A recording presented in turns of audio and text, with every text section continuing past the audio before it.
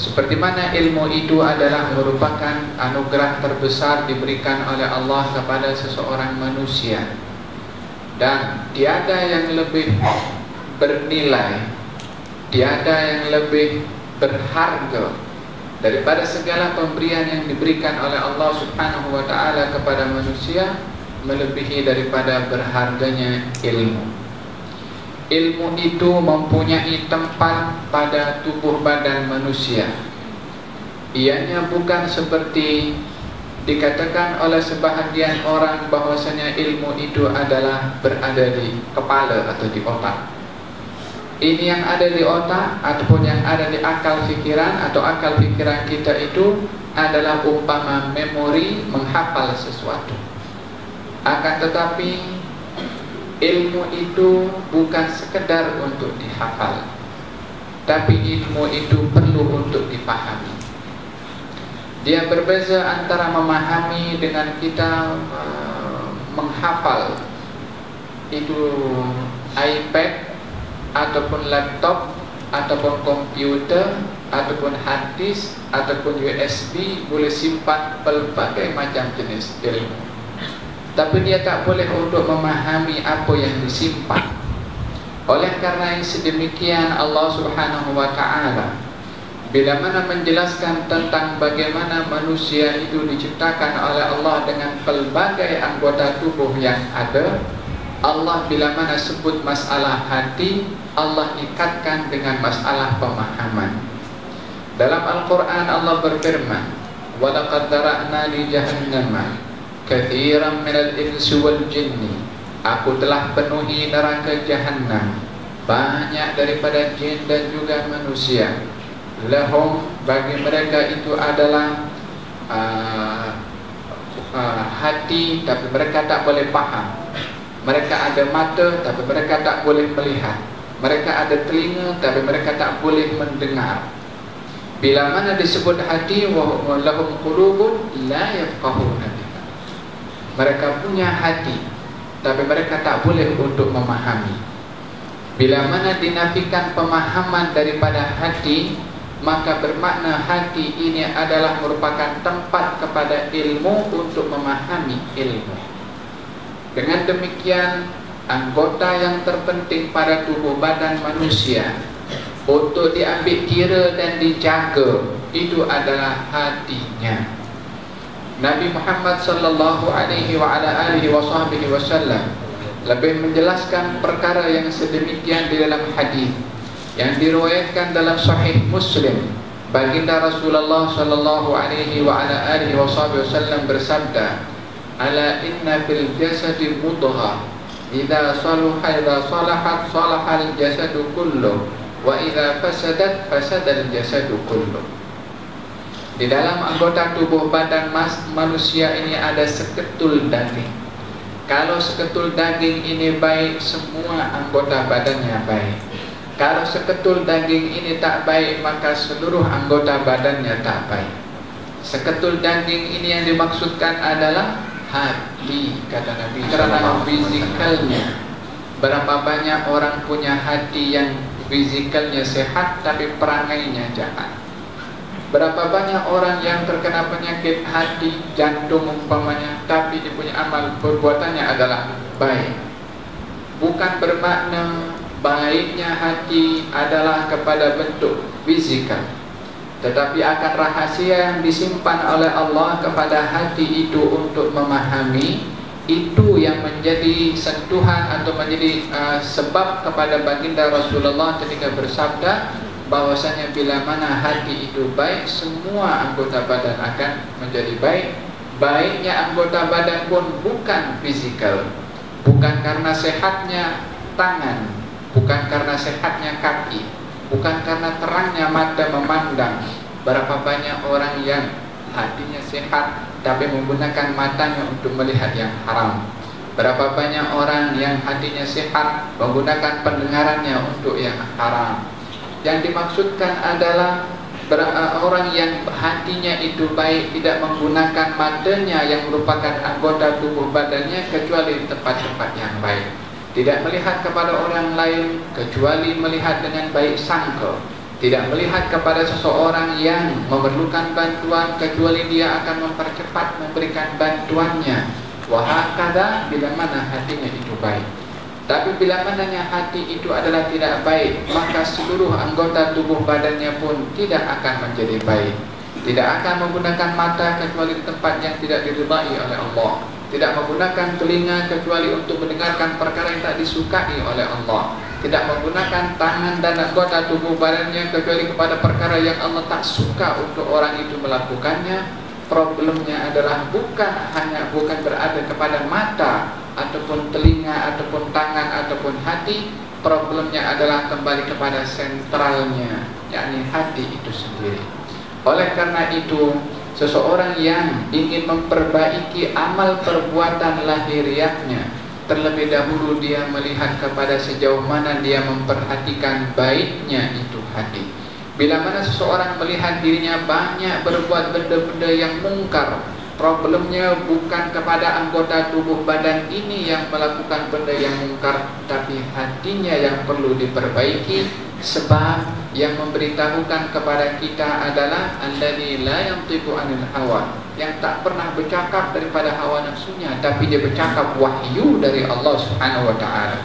Dia yang tak pernah berdusta, dia yang kata-katanya tak pernah tidak ada kebenarannya, yang kata-katanya pasti benar. Nabi Muhammad sallallahu alaihi wasallam yang bersabda, kalau seketul daging ini baik, seluruh anggota badan baik, yakni amal perbuatannya baik. Dan bila mana seketul daging ini tak baik, maka seluruh anggota tubuh badannya, yakni amal perbuatan orang itu juga tidak akan menjadi baik.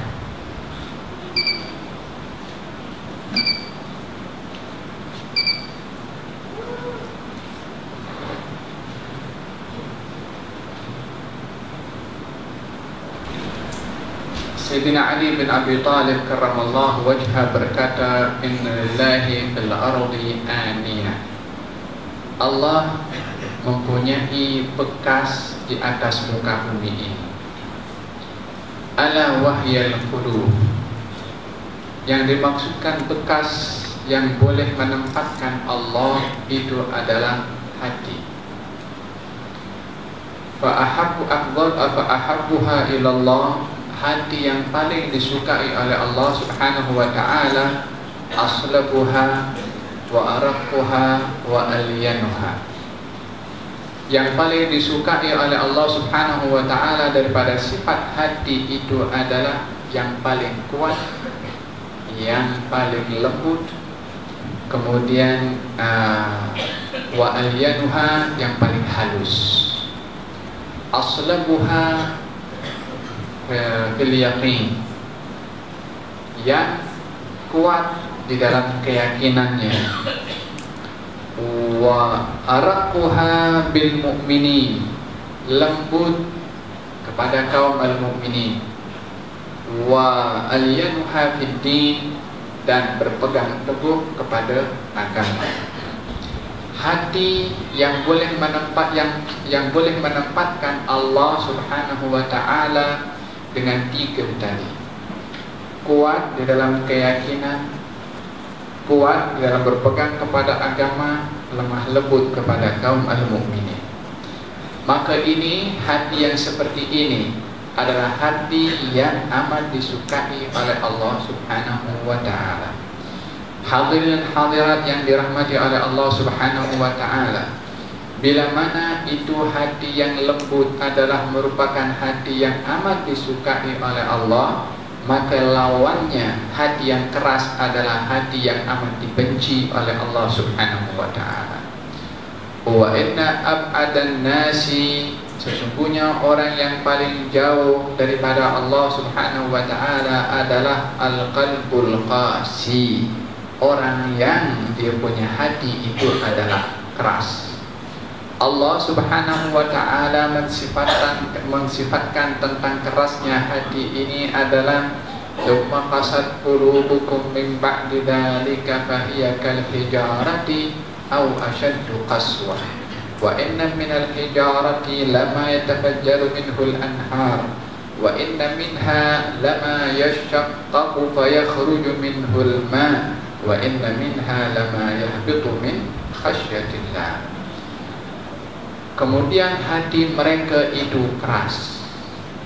Hati mereka yang dimaksudkan adalah Bani Israel, yang melihat kenyataan di hadapan matanya mukjizat Nabi Musa menghidupkan orang mati, lalu orang mati itu bercakap, kemudian orang itu mati lagi, nampak depan mata orang mati boleh hidup, boleh bercakap.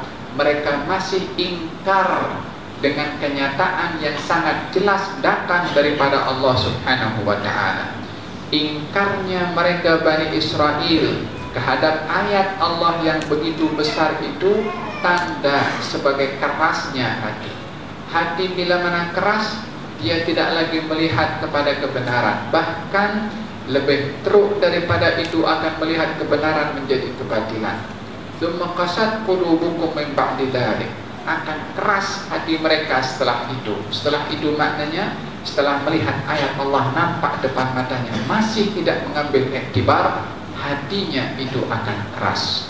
Kerasnya hati ini kata Allah Subhanahu wa ta'ala kal hijarah, umpama kerasnya batu.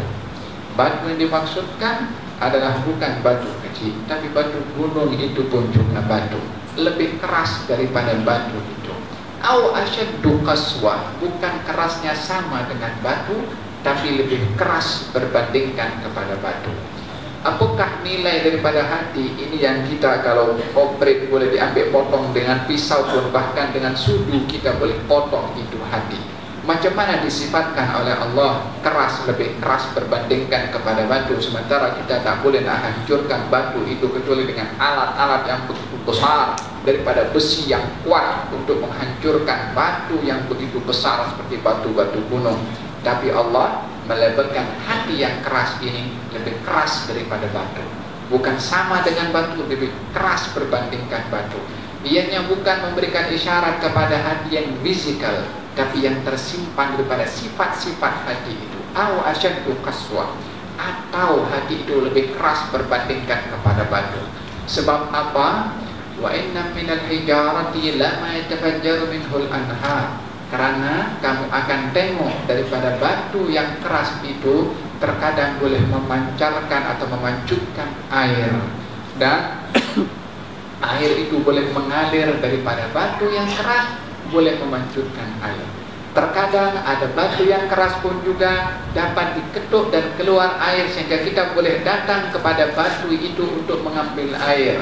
Seperti ketukan tongkat Nabi Musa kepada batu untuk memanjutkan air. Air itu pun keluar daripada batu. Padahal batu macam mana boleh keluar air?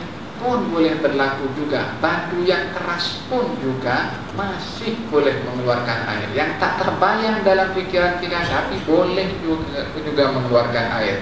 Wa inna minha lama yahbitu min khasyatillah. Ada kalanya juga batu itu jatuh daripada gunung, begitu besar itu batu, jatuh sebab khasyatillah, takut kepada Allah Subhanahu wa ta'ala.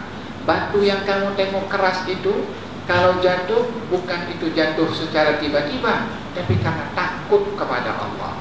Batu yang keras pun, tapi dia lebih keras berbandingkan kepada batu, karena batu masih boleh mengeluarkan air. Batu masih ada takut kepada Allah, tapi hati yang keras ini adalah hati yang tidak takut kepada Allah, mencabar kepada Allah. Nampak ayat Allah jelas, masih dia mengingkari.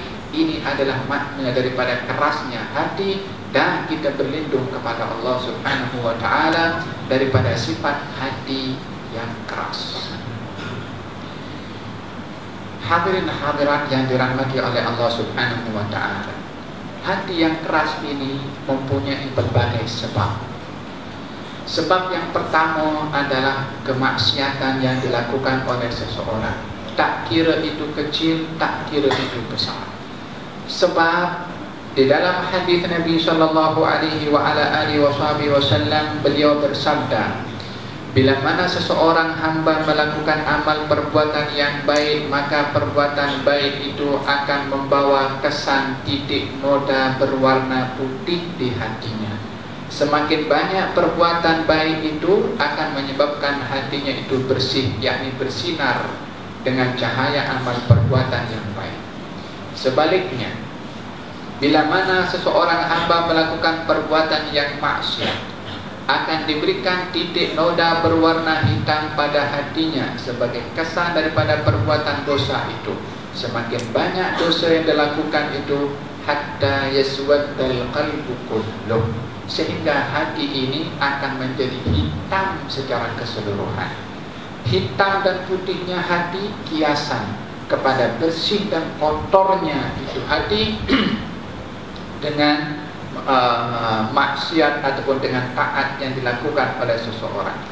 Perkara yang kedua yang menyebabkan hati ini akan menjadi keras adalah ghaflah, lalai daripada mengingati kepada Allah Subhanahu wa taala, lalai daripada untuk sentiasa mempunyai hubungan dengan Allah Subhanahu wa taala, lalai dengan disibukkan perkara-perkara yang mengingatkan kita kepada Allah Subhanahu wa taala. Lalainya kita itu boleh membawa kita kepada kerasnya hati.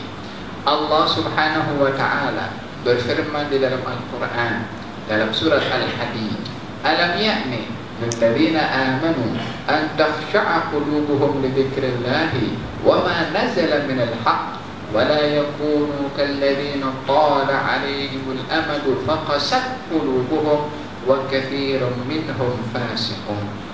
Tidakkah tiba masanya bagi orang-orang yang beriman untuk khusyuk hatinya kepada mengingat Allah, untuk patuh hatinya, takut hatinya ketika mengingat Allah, dan jangan mereka menjadi seperti orang-orang yang dahulu daripada ahlul kitab yang telah jauh jarak antara mereka dan nabi-nabi mereka, sehingga keras hati mereka dan ramai daripada mereka yang berbuat kefasikan. Saya akan bahas bahagian yang kedua penghujung ayat itu pada penghujung nanti insya-Allah. Tapi apa yang patut disentuh di sini adalah Allah ketika mengingatkan kepada para as-sahabat tentang turunnya ayat dalam surat Al-Hadid itu, tidakkah tiba masanya bagi orang-orang yang beriman untuk khusyuk hatinya. Ini message daripada Allah kepada sahabat Nabi yang pada waktu itu adalah mereka adalah orang yang paling ingat kepada Allah. Mereka adalah orang-orang yang tak pernah memutuskan hubungan mereka dengan Allah. Mereka yang sentiasa menjadikan matlamat utama mereka itu adalah Allah. Tapi ditegur oleh Allah Subhanahu wa taala kepada mereka, apa agaknya yang menyebabkan mereka Nabi menyuruh kepada mereka itu untuk menangis karena ditegur oleh Allah Subhanahu wa taala. Mereka disuruh untuk menangis oleh Nabi sallallahu alaihi wasallam sebab turunnya ayat itu. Agaknya apa yang mereka buat oleh para sahabat itu sehingga ditegur oleh Allah. Dalam riwayat disebutkan bahwasanya as-sahabah duduk bersama satu dengan yang lain, borak-borak. Lalu dalam borak-borak itu mereka gelak ketawa, sehingga ketawa mereka ini didengar oleh Nabi SAW. Beliau keluar daripada rumahnya dalam keadaan memerah wajahnya, menegur kepada mereka, adakah kamu sudah merasa terjamin daripada hukuman Allah sehingga kamu masih boleh sempat tertawa dengan suara gelak ketawa kamu? Macam mana boleh ketawa kamu ini sementara kamu belum mendapat jaminan untuk selamat dari Allah Subhanahu wa taala? Tuan-tuan dan puan-puan, ketawa ditegur oleh Allah Subhanahu wa taala. Mereka adalah merupakan orang-orang yang ingin disempurnakan oleh Allah Subhanahu wa taala. Memang tak ada keraguan ketawa itu adalah perkara yang boleh. Bahkan kalau mengikut ahli psikologi, ketawa itu adalah merupakan obat untuk menghilangkan stres daripada masalah yang kita mungkin menghadapi di dalam hidup. Tetapi bila mana gelak ketawa itu melebihi daripada had yang sepatutnya seseorang itu membatasi untuk banyak ketawa, sehingga dikatakan kathratul dhahik tumitul qalb. Orang yang banyak ketawa ini dapat mematikan hati, mengeraskan hati. Kalau bukan ketawanya, kalau banyak ketawa. Oleh kerana sedemikian, baginda Rasulullah sallallahu alaihi wasallam bersabda, Kalau kamu tahu apa yang aku tahu, kamu akan lebih banyak menangis berbandingkan kamu ketawa.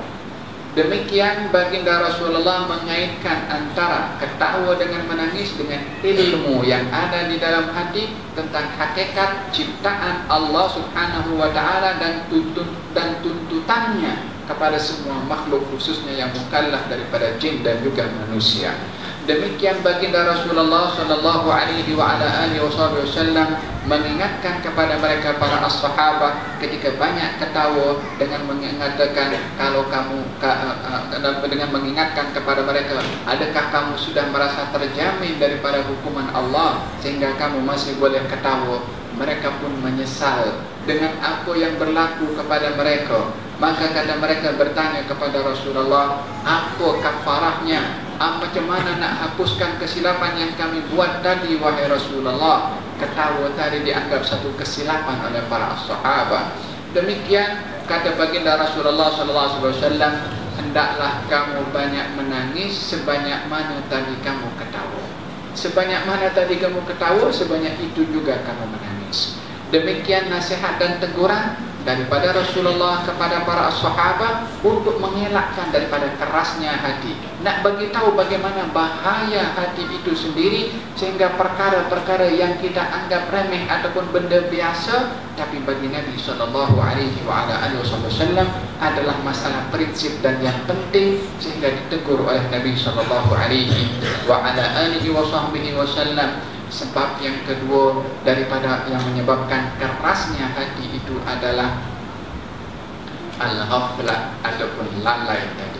Oleh karena itu kita berdoa kepada Allah Subhanahu wa taala agar supaya kita dijauhkan oleh Allah daripada sifat ghaflah, daripada sifat lalai. Benda-benda yang lalai ini akan tiba kepada kita bila mana kita banyak menyibukkan kepada hal-hal yang melalaikan kita, baik dalam hal keduniaan atau hal-hal yang bersifat keseronokan belaka.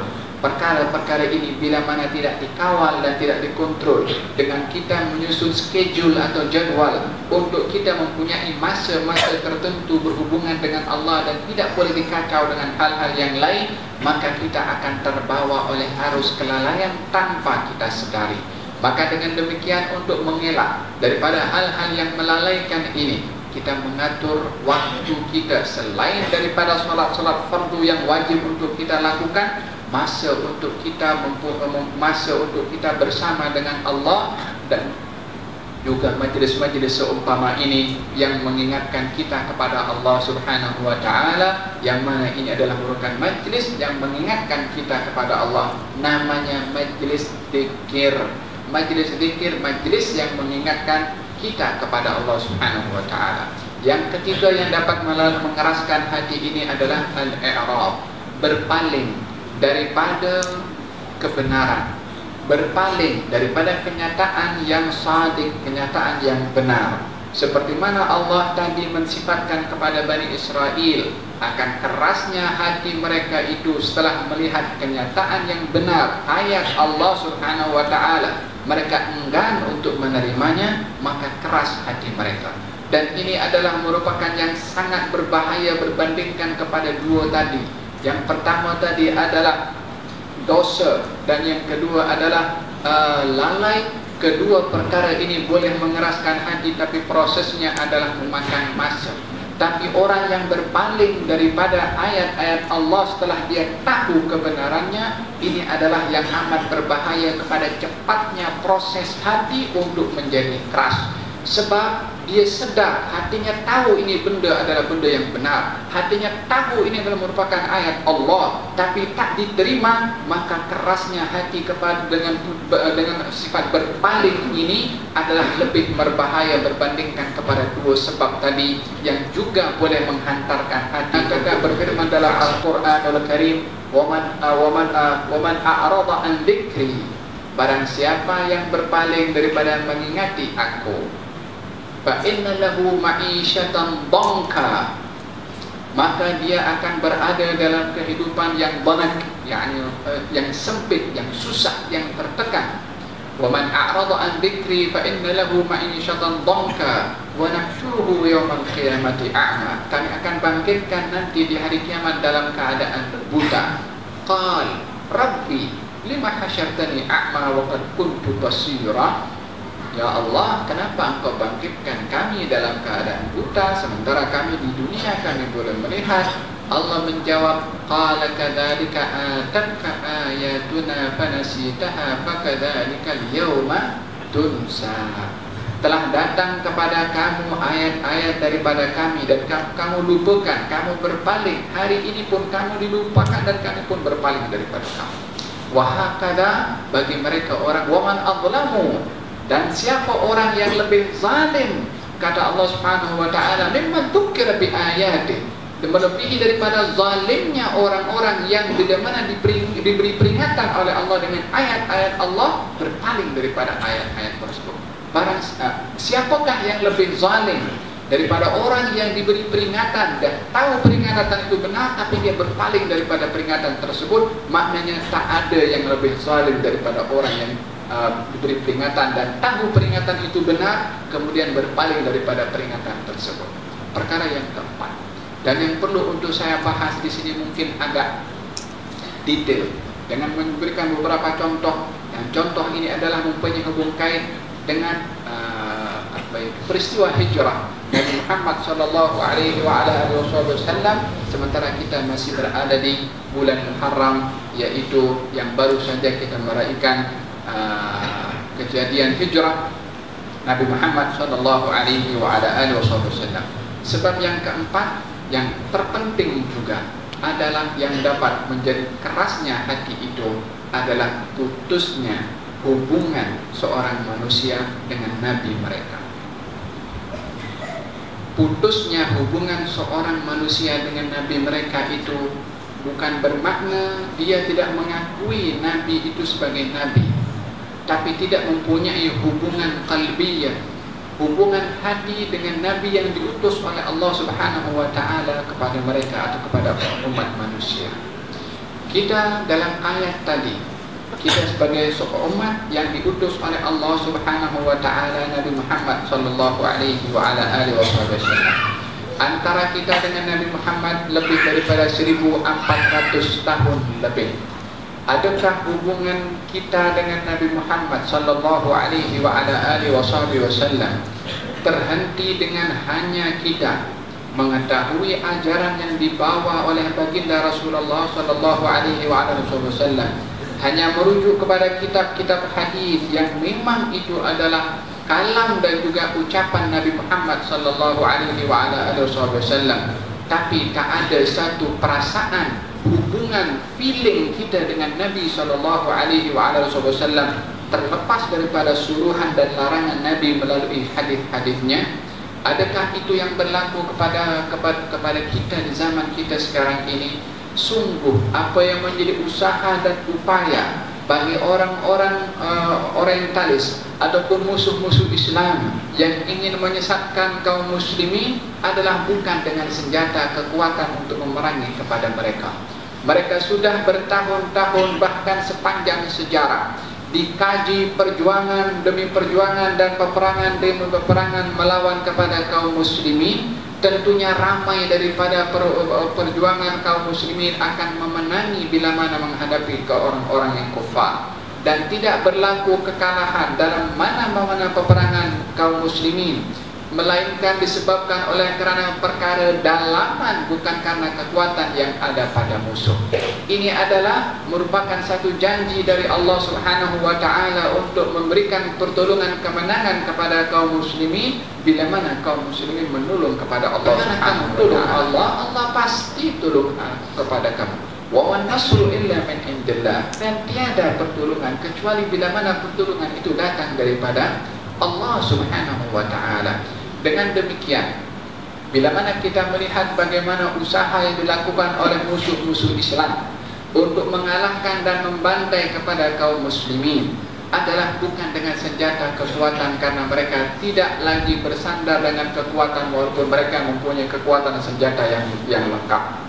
Dan daripada sepanjang sejarah sirah Nabi Muhammad sallallahu alaihi wasallam, selama 27 peperangan yang dihadiri oleh baginda Rasulullah, ada yang terjadi berperang, ada yang tidak terjadi, melainkan setiap kali berhadapan dengan musuh akan didapati ketenteraan persiapan senjata kaum muslimin lebih rendah dan lebih kekurangan berbandingkan kepada lengkapnya senjataan musuh di mana-mana peperangan yang berlaku. Tetapi kita bila mana melihat bagaimana kelengkapan senjata musuh itu boleh tumbang dengan sedikitnya senjata kaum muslimin.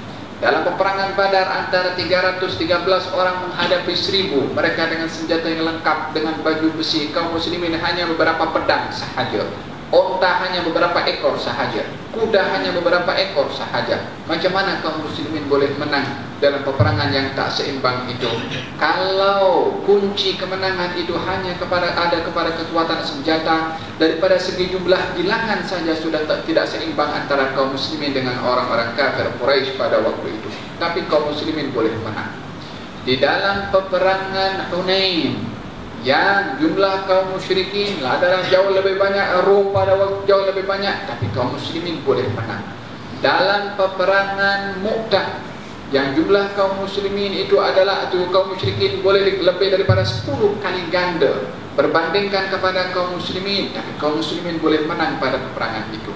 Banyak sekali peperangan. Adapun peperangan Uhud kaum muslimin mengalami kekalahan bukan karena kekurangan senjata, bukan karena kelemahan persediaan kaum muslimin, tapi pelanggaran yang berlaku kepada segelintir kelompok yang disuruh oleh Nabi untuk tidak turun daripada gunung, maka mereka turun daripada gunung. Di situ sebab kekalahannya. Allah ingin memberikan pengajaran bahwasanya di dalam peperangan itu mesti ditegakkan kepatuhan Allah dan juga Rasulnya. Yang kalau dalam peperangan Uhud, ketika mereka para pemanah turun daripada gunung, Allah masih menurunkan pertolongan dan kemenangan kepada kaum muslimin, akan dipahami pada waktu itu dengan melanggar perintah Rasulnya pun boleh juga menang. So kalau kita langgar pun boleh juga menang. Buktinya apa? Ke dalam perang Uhud, mereka para pemanah langgar kepada perintah Nabi, masih menang juga. Allah tak mahu orang memahami sedemikian. Makanya dalam peperangan Uhud, disebabkan oleh pelanggaran yang berlaku oleh sebahagian orang, kaum muslimin mengalami kekalahan. Bahkan orang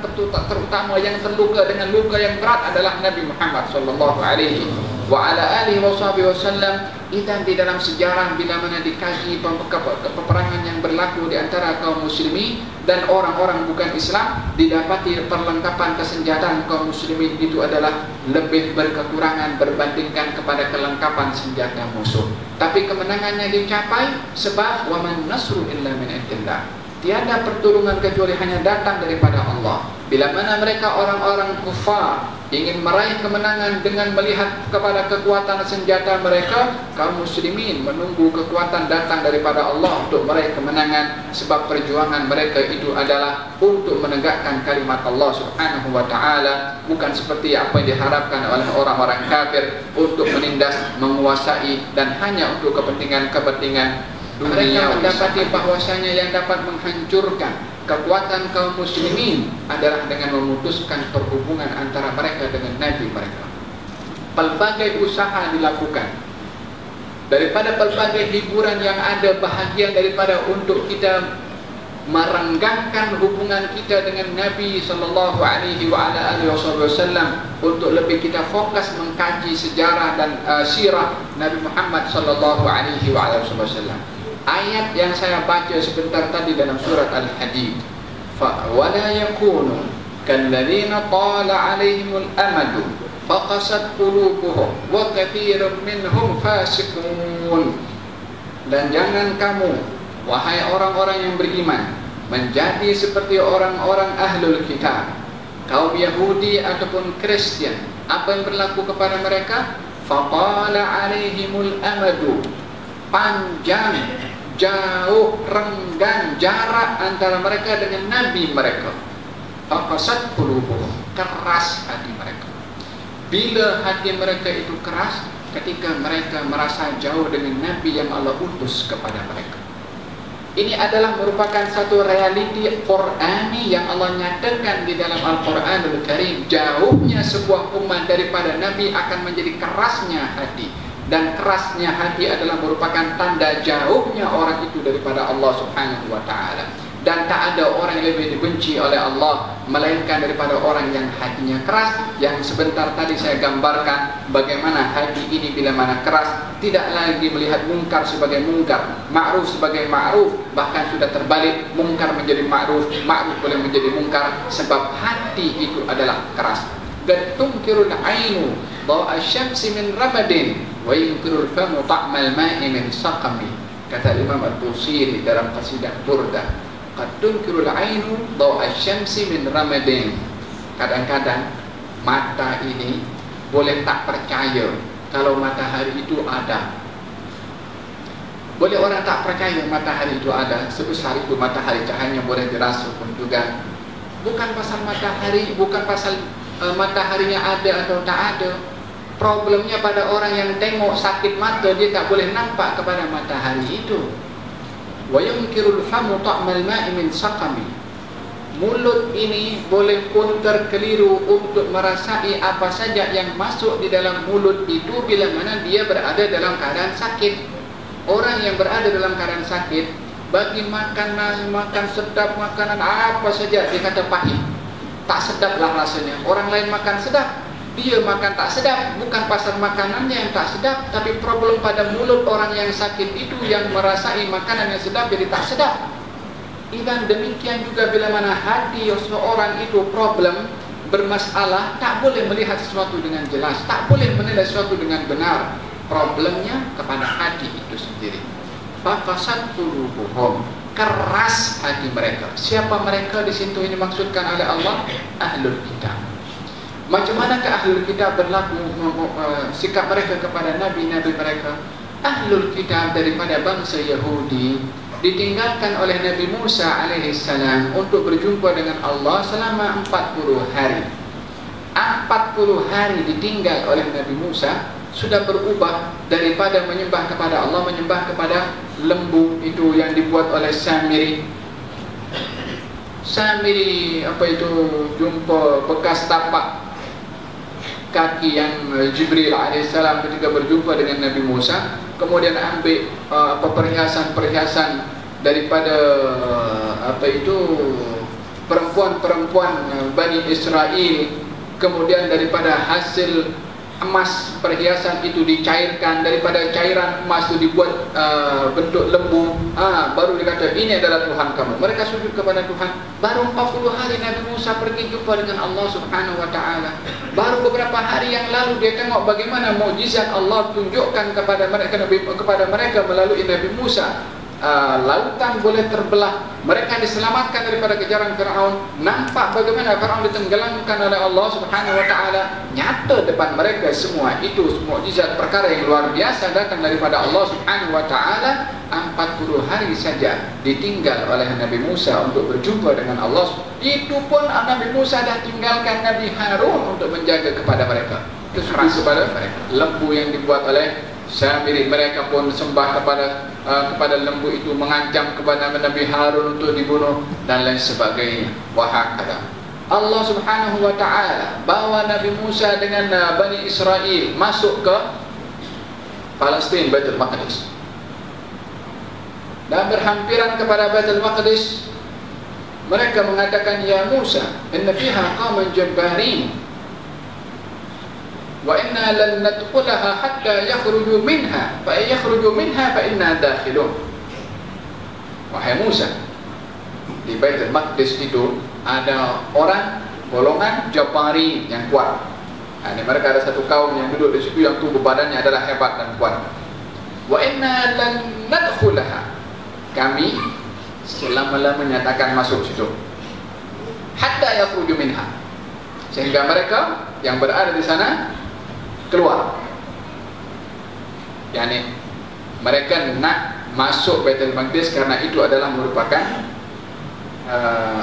tempat Nabi yang Allah utus kepada mereka, dari Nabi Yaqub, Nabi Yusuf dan seterusnya berada di sana, Nabi Daud dan sebagainya.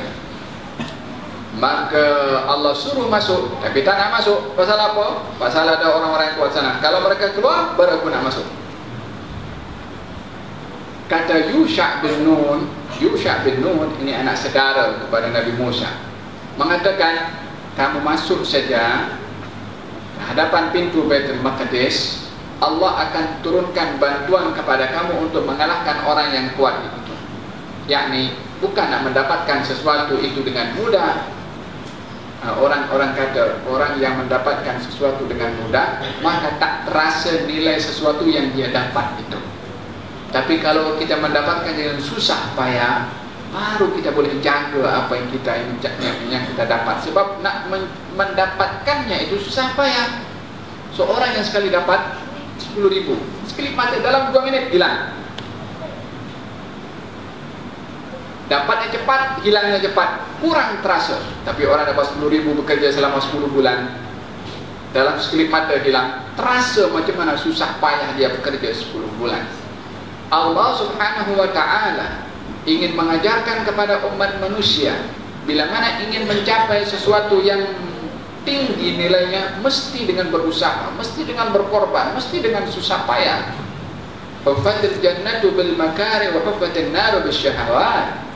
Ini syurga dikelilingi oleh Allah dengan perkara-perkara yang menyusahkan, yang memberatkan. Tapi neraka dikelilingi dengan sesuatu yang mengundang nafsu dan syahwat, yakni mudah nak buat. Ala inna siratallahi hiyal jannah. Itu apa itu? Barang yang berharga itu adalah tinggi di sisi Allah, yaitu syurga. Maka perlu kepada satu pengorbanan. Mereka Bani Israel ketika disuruh masuk, mereka mengatakan kepada Nabi Musa, "Fadhhab anta wa rabbuka faqatila inna hahuna qa'idun." Disuruh masuk tanah, dia kata apa? Kalau masih tetap kau suruh kami masuk, kamu saja pergi, kamu dengan Tuhanmu. Kamu berdua berperang sana dengan mereka berada di Baitul Maqdis. Kami duduk tunggu kat sini sampai kamu settle berperang dengan mereka. Ya salam, berkata kepada Nabi Musa dengan kata begitu, bukan tidak sopan, sangat tidak sopan dan kurang ajar. Macam mana dikatakan idhab anta wa rabbuka faqatila inna hahuna qa'idun? Bila mana hubungan antara satu umat dengan nabinya itu tidak ada takzim, tidak ada pengagungan kepada nabi yang diutus oleh Allah kepada mereka, maka mereka akan menilai nabi itu macam manusia biasa. Berapa banyak pun di zaman kita sekarang orang mengatakan nabi memang manusia biasa. Memang dia manusia, fisikalnya manusia, mata, ada telinga, dan melakukan perkara-perkara yang biasa dilakukan oleh manusia. Tapi dia adalah manusia yang luar biasa. Bukan manusia biasa, tapi manusia luar biasa. Disebabkan oleh kerana Nabi SAW bila mana berjalan tidak mempunyai bayangan. Manusia berjalan ada bayangannya. Nabi SAW boleh melihat di belakang macam mana Nabi boleh melihat di hadapan. Manusia tak boleh untuk melihat di yang belakang. Nabi SAW boleh menembusi lapisan langit dan sampai kepada Sidratul Muntaha. Manusia hanya sampai kepada bulan sahaja. Ketika seseorang itu melihat kepada Nabi mereka adalah sebagai manusia biasa, maka akan terfikir kepadanya perkara-perkara yang silap boleh berlaku kepada Nabi itu juga. Dengan demikian, seorang sahabat Nabi SAW,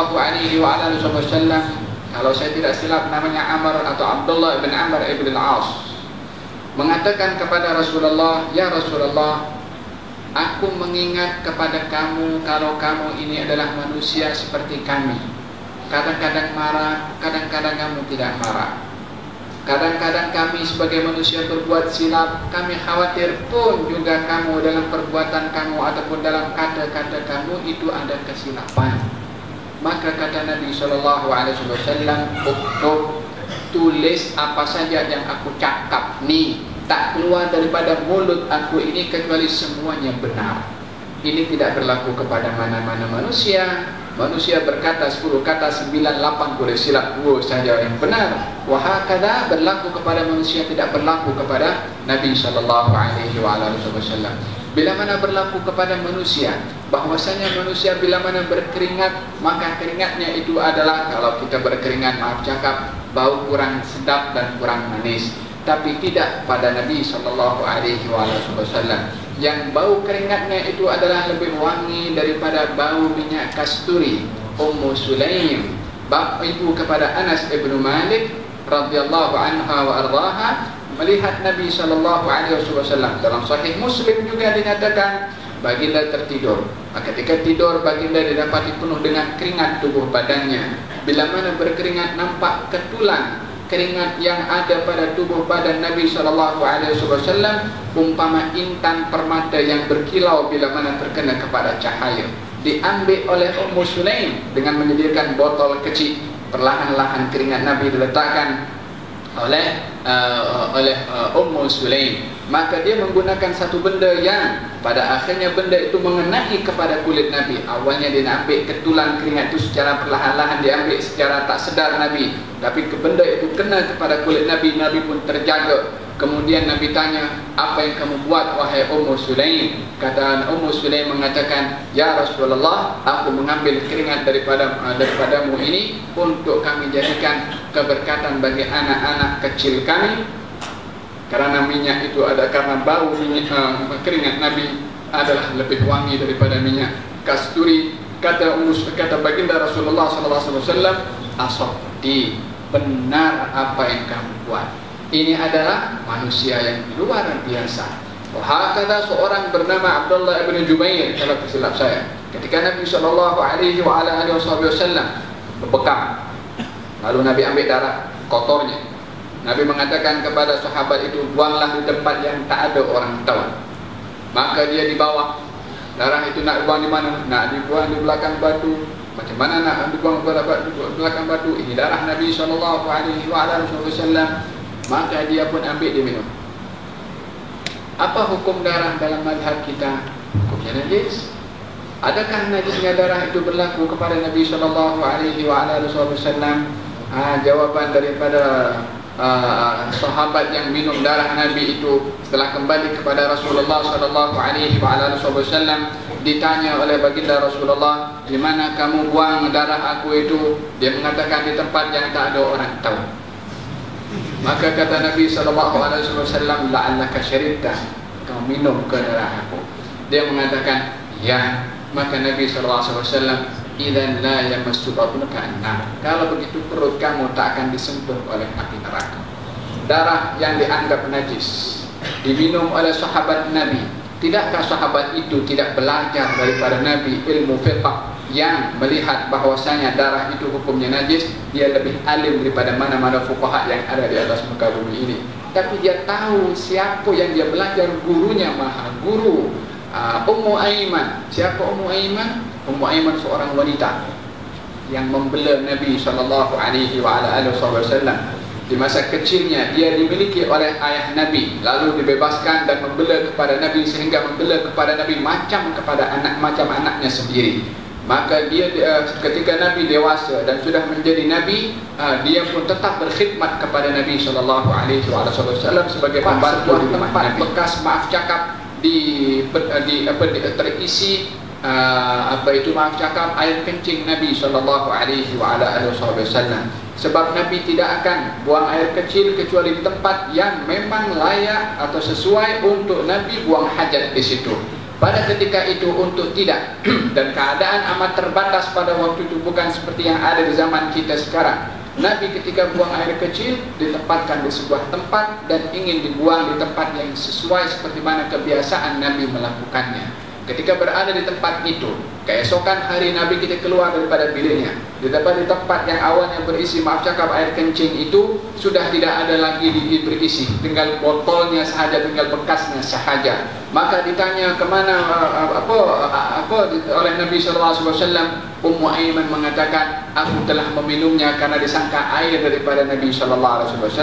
Maka Nabi menjawab pun juga, kalau begitu perut kamu tak akan disentuh oleh api neraka.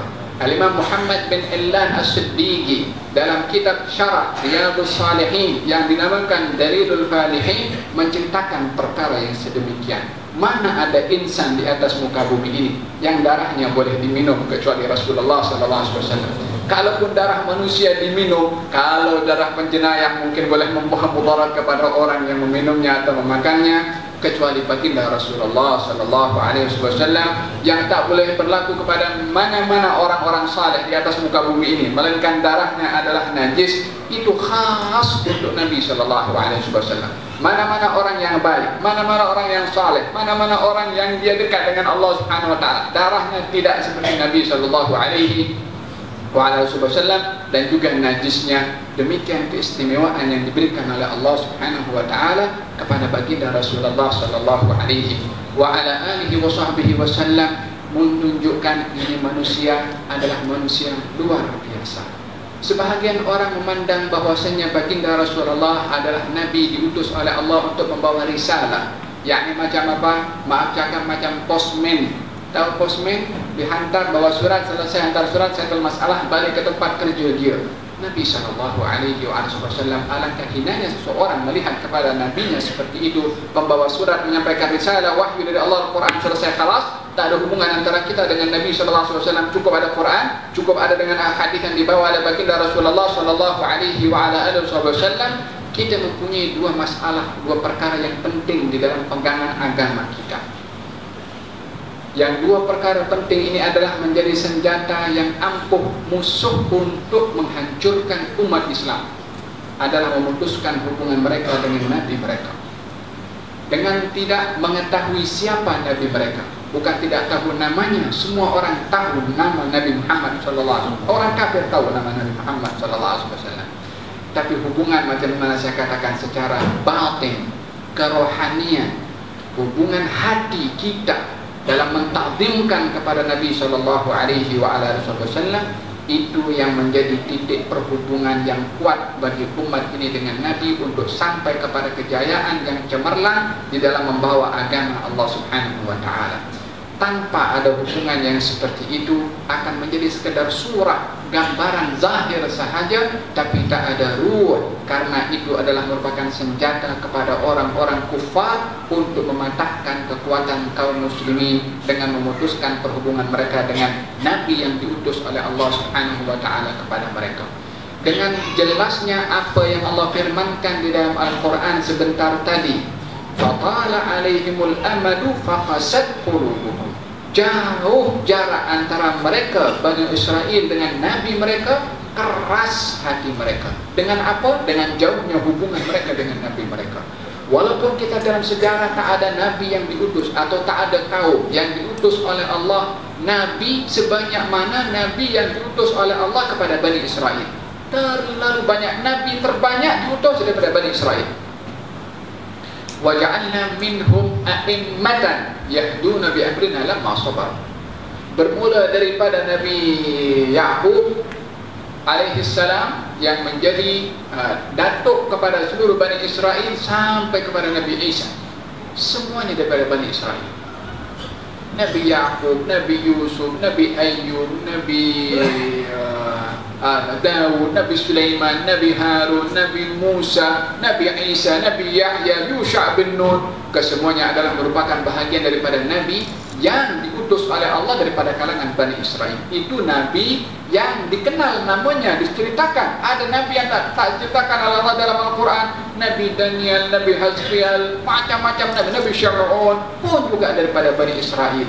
Walaupun banyaknya Nabi diutus oleh Allah Subhanahu wa ta'ala daripada Bani Israel, kerana tak ada takzim kepada Nabi yang Allah utus kepada mereka, maka berlakulah pandangan mereka kepada Nabi-Nabi hanya sekedar manusia biasa. Tak ada takzim kepada Nabi yang diutus oleh Allah Subhanahu wa ta'ala, maka perkara demi perkara, masalah demi masalah menimpa kepada mereka, sebab connection antara mereka dengan Nabi mereka terputus, walaupun mereka nampak dengan Nabi yang diutus oleh Allah. Yang diistimewakan oleh Allah Subhanahu wa ta'ala dengan keistimewaan kasih dan cinta serta takzimnya Allah kepada Nabi Muhammad sallallahu alaihi wasallam, berkehendak untuk agar supaya rasa kasih sayang Allah kepada Nabi ini berkekalan dan nampak melalui bagaimana umat ini mengasihi kepada Nabi Muhammad sallallahu alaihi wasallam. Dengan Nabi menjadikan mengasihi kepadanya itu adalah bahagian daripada kesempurnaan iman yang tidak sempurna mana-mana iman seseorang.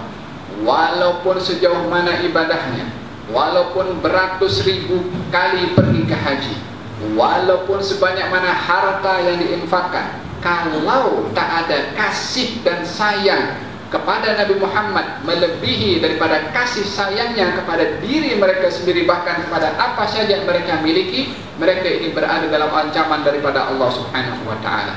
La yu'min ahadukum, tak sempurna iman kamu, kata Nabi SAW, hatta akuna ahabba ilaihi, sehingga aku lebih ia cintai berbandingkan kepada ayahnya, anaknya dan seluruh manusia. Selagi ada di dalam hati kecintaan kepada selain Nabi, lebih cinta kepada Nabi, cinta. Tapi cintanya kepada diri sendiri, atau harta, atau anak, atau apa saja, lebih daripada kasihnya kepada Nabi, tak sempurna imannya. Ini Nabi katakan bukan kepada saya, bukan kepada tuan-tuan, kepada Umar bin Khattab radhiyallahu anhu warḍah, khalifah yang kedua, mertua Rasulullah, digelari dengan Al-Faruq, pernah berkata kepada Rasulullah, ya Rasulullah, aku kasih kepada kamu, tapi kasih aku kepada aku lebih daripada kasih aku kepada kamu. Kata baginda Rasulullah, kalau begitu belum sempurna iman kamu. Umar bin Khattab, yang kalau dia berjalan di sebuah lorong, syaitan cari lorong yang lain, tak nak lalu di lorong di mana lorong itu Umar bin Khattab lalu. Ihlaka ya Ibn al-Khattab, kata baginda Rasulullah, hebatnya engkau wahai Ibn Khattab, kamu tidak jalan di sebuah lorong, melainkan syaitan akan cari lorong daripada lorong selain lorong kamu. Inna syaitana, sesungguhnya syaitan itu adalah akan lari membelika ya Umar daripada bayangan kamu wahai Umar. Karena tegasnya Umar bin Khattab, karena sentiasa berpegang kepada kebenaran. Tapi dalam masalah cinta itu, bila mana dikaitkan kecintaan kepada diri sendiri lebih daripada kecintaannya kepada baginda Rasulullah, belum sempurna iman kamu wahai Umar. Demikian kata baginda Rasulullah. Barulah setelah itu Umar bin Khattab mengatakan, ya Rasulullah, al-an, ya Rasulullah, sekarang ini aku lebih mengasihi kepada engkau melebihi daripada kasih aku kepada diriku sendiri. Kata baginda Rasulullah, al-ana ya Umar, sekarang pun sempurna engkau punya iman. Demikian kata baginda Rasulullah kepada Umar bin Khattab, dikaitkan oleh Umar oleh baginda Rasulullah SAW tentang perasaan cinta sebagai kesempurnaan iman, yang itu adalah merupakan perbuatan daripada hati. Itu cinta bukan ada kepada luar. Orang kata apa, dari mata turun ke hati, tetap kembali kepada hati juga. Ini markas sentral nak menempatkan kasih, takdim dan cinta. Ianya berbeza dengan ikut. Dua perkara penting yang perlu untuk difahami kaitan kita dengan Nabi SAW adalah cinta dan ikut. Tapi bukan hanya sekedar cinta tanpa ikut ataupun ikut tanpa cinta. Ianya adalah umpama dua sayap yang tak boleh terbang dengan salah satunya. Kalaupun nak ambil satu daripada dua walaupun tak sempurna, maka adalah lebih ringan orang yang mengambil dengan cinta tanpa ikut, atau lebih ringan berbandingkan dia menggunakan ikut tanpa cinta. Sebab Nabi melabelkan orang yang cinta itu adalah dia sempurna imannya, tapi kalau tak berbuat dia banyak berbuat dosa. Tapi berbandingkan orang yang banyak berbuat taat, bila mana tidak ada cinta maka dia tak sempurna imannya walaupun banyak buat taat. Demikian firman Allah Subhanahu wa ta'ala di dalam Al-Quranul Karim. Allah berfirman, qul, katakan wahai Muhammad, in kana aba'ukum, bila mana ayah-ayah kamu atau ibu kamu, wa abna'ukum, anak-anak lelaki atau perempuan kamu, wa azwajukum, istri-istri kamu atau suami-suami kamu, keluarga-keluarga kamu, dan juga saudara-saudara kamu, ataupun harta kamu, ataupun rumah kamu, ataupun transport kamu, lebih kamu cintai berbandingkan kepada Allah dan Rasulnya, fatarabbasu, hati-hati. Ini yang mengancam Allah Subhanahu wa ta'ala, fatarabbasu, hati-hati kamu untuk menerima hukuman dari Allah. Bila mana menjadikan kecintaan kepada selain Allah dan Rasulnya lebih daripada kecintaan kepada Allah, ketika memberitahukan bahwasanya tidak sempurna iman seseorang, melainkan aku lebih ia cintai berbandingkan kepada dirinya, ayahnya atau anaknya. yang berlaku kepada para sahabat radhiyallahu anhum wa ardhahum dalam peristiwa hijrah adalah mereka lebih mendahulukan Nabi sallallahu alaihi wa ala alihi wasallam berbandingkan kepada diri mereka. Bukankah yang pertama tidur di katil Nabi untuk Nabi itu berhijrah Ali bin Abi Thalib? Apa yang dikorbankan oleh Ali bin Abi Thalib untuk tidur di katil Nabi? Nyawanya. Sebab dia berkeyakinan nyawa dia adalah nyawa Nabi lebih bernilai berbandingkan kepada nyawanya sendiri. Ketika berjalan bersama dengan Sayyidina Abu Bakar Siddiq, dan beliau risau ketika melihat Rasulullah berjalan di bawah terik panas matahari dan khawatir ada orang yang mengintai daripada hadapan, belakang, kanan dan kiri, sehingga menjadikan Sayyidina Abu Bakar berjalan dengan Nabi sekejap berada di depan, sekejap berada di belakang, sekejap berada di kanan, sekejap berada di kiri, macam tawaf di hadapan Nabi sallallahu alaihi wasallam. Ketika ditanya kenapa berbuat demikian, dan aku risau ya Rasulullah, bila mana ada orang mengintai daripada hadapan sana dengan menghunuskan panahnya kepada engkau, aku akan berada di hadapan engkau sehingga panah itu mengenai kepada diri aku sebelum mengenai kepada engkau. Bila mana aku risau berada daripada belakang, aku akan berpindah ke belakang. Bila mana aku risau di sebelah kanan, aku berpindah kanan. Demikian juga kiri. Tujuannya adalah terkorban Abu Bakar, jangan terkorban Rasulullah sallallahu alaihi wasallam. Berada di dalam gua yang pada waktu itu kaum musyrikin berada berhampiran dengan mulut gua. Sayyidina Abu Bakar menangis. Kata baginda Rasulullah, kenapa kamu menangis wahai Abu Bakar? Kata Abu Bakar mengatakan, ya Rasulullah, kalau salah seorang daripada mereka menundukkan kepala dan tengok ke bawah, akan nampak kepada kita. Kalau kita ternampak dan aku yang dibunuh, aku adalah Abu Bakar anak Abu Quhafa, aku seorang tak ada nilai. Tapi bila mana engkau yang dibunuh, akan mati umat manusia. Demikian pandangan Sayyidina Abu Bakar Siddiq yang menganggap harga nyawanya adalah lebih kecil, bahkan jauh lebih kecil berbandingkan kepada nyawa Nabi Muhammad sallallahu alaihi wa ala alihi wasallam. Demikian pahlawan-pahlawan hijrah daripada Sayyidina Ali bin Abi Thalib yang masih muda pada waktu itu belasan tahun umurnya. Sayyidina Abu Bakar Siddiq sebagai sahabat Nabi sallallahu alaihi wa ala alihi wasallam, dan demikian sejarah para sahabat radhiyallahu anhum wa ardhahum tidak pernah putus hubungan mereka dengan Nabi Muhammad sallallahu alaihi wa ala alihi wasallam. Wa man yu'azzim sya'airallah fa innaha min taqwal al-qulub. Siapa orang yang mengagungkan syiar-syiar Allah, itu adalah hakikat ketakwaan hati. Mengagungkan syiar-syiar Allah, hakikat ketakwaan hati. Nak meraih ketakwaan sebenar di dalam hati, pengagungan ini adalah satu perasaan yang ada di dalam hati sini. Kepada apa? Kepada syiar-syiar Allah. Apa syiar-syiar Allah? Walaupun ayat itu menyentuh kepada masalah haji, kita pergi ke haji sa'i antara Safa dengan Marwah. Apa pasal kita sa'i daripada Safa antara Marwah? Dari pertempatan hijau pun kita lari-lari juga di situ. Pasal mengingat tentang satu orang wanita yang dia tak putus asa mencari rezeki dari Allah Subhanahu wa taala, Siti Hajar. Kisah sudah habis. Apa pasal kita lari-lari? Ta'zim. Apa yang dia buat itu bukan perkara biasa, perkara luar biasa. So kita meraihkan juga, walaupun kejadian yang berlaku kepada Siti Hajar sudah 1000 tahun sudah berlalu. Apa pasal kita lontar jumrah? Bukan ada syaitan diikat ke sana atau kita nak pukul dengan batu. Kalaupun nampak syaitan bukan dengan batu kecil, kita akan pukul, kita bantu pakai batu besar. Kalau kita boleh nampak, bukan syaitan diikat di situ, tapi kita ta'zim kepada sebuah manasik yang telah ditetapkan oleh Allah Subhanahu wa taala dalam haji. Tawaf, berada di Mina 3 hari, berada di padang Arafah, semuanya adalah merupakan ta'zim kepada syiar-syiar Allah Subhanahu wa taala. Adakah mengagungkan syiar sa'i, tawaf, Arafah, di Mina, jumrah adalah lebih besar daripada mengagungkan kedudukan Nabi Muhammad SAW dalam hati dan jiwa kita, yang kalau bukan kerana beliau kita tak tahu itu tawaf, kalau bukan karena beliau kita tak tahu macam mana nak buat sa'i, kalau bukan karena beliau kita tak tahu macam mana nak buat Jumratul Aqabah ataupun Jumratul Salat dan semua manasik haji itu. tak akan diketahui kecuali dengan Nabi Muhammad SAW.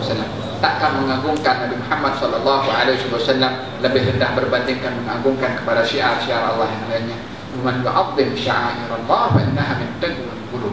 Barang siapa orang yang mengagungkan syiar-syiar Allah adalah hakikat ketakwaan hati seseorang. Tempatkan Nabi Muhammad SAW di tempat yang Allah tempatkan beliau itu.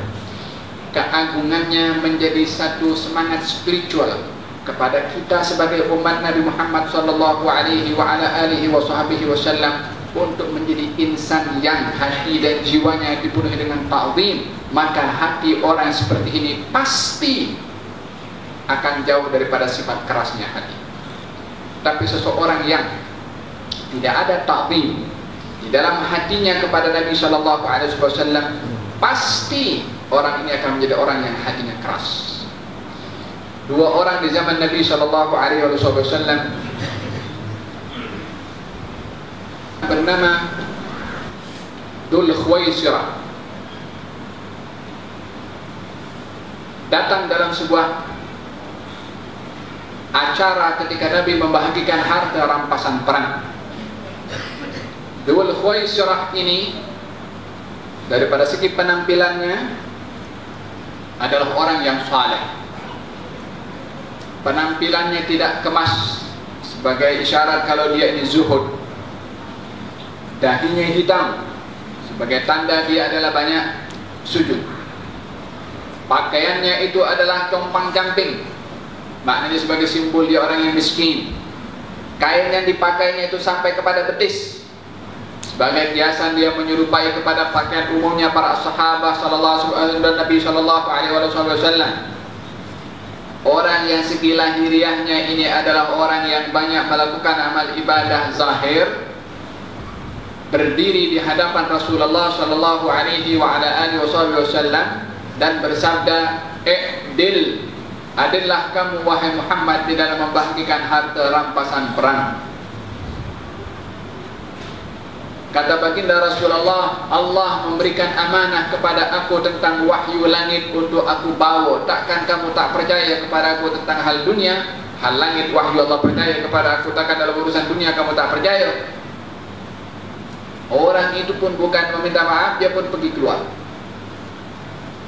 Kata baginda Rasulullah, saya khruju min dhiddi hadha, akan keluar daripada sulbi orang ini satu golongan yang kalau baca Quran kana unzil, macam Quran itu baru diturunkan, sedapnya suaranya, makhraj hurufnya yang betul, dan mungkin buat orang menangis juga karena bacaannya. Yakhrujuna minad dini kama yakhruju sahmu minar ramiyah la yajawis taraqihim, tapi bacaan itu tak boleh melalui kepada kerongkongan mereka, just di mulut saja.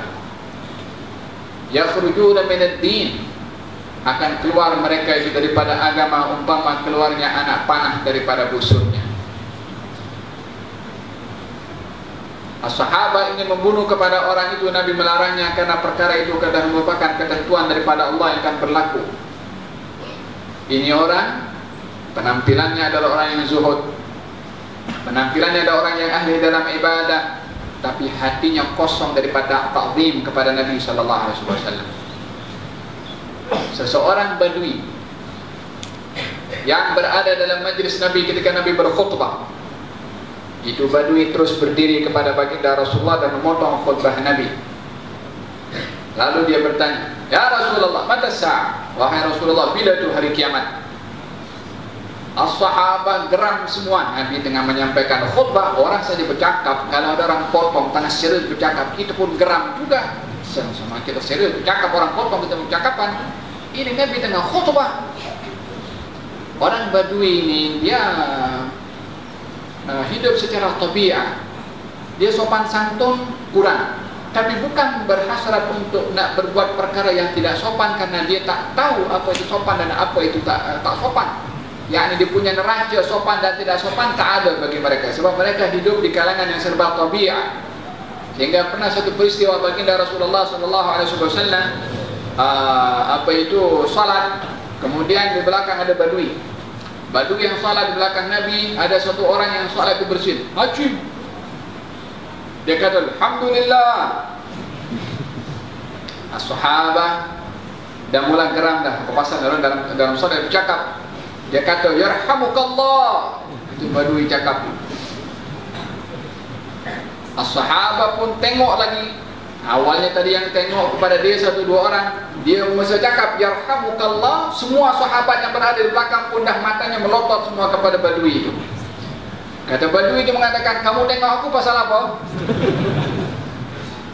As-sahabah lagi geram, dia tepuk pahanya macam ni. Yang bagi isyarat jangan bercakap.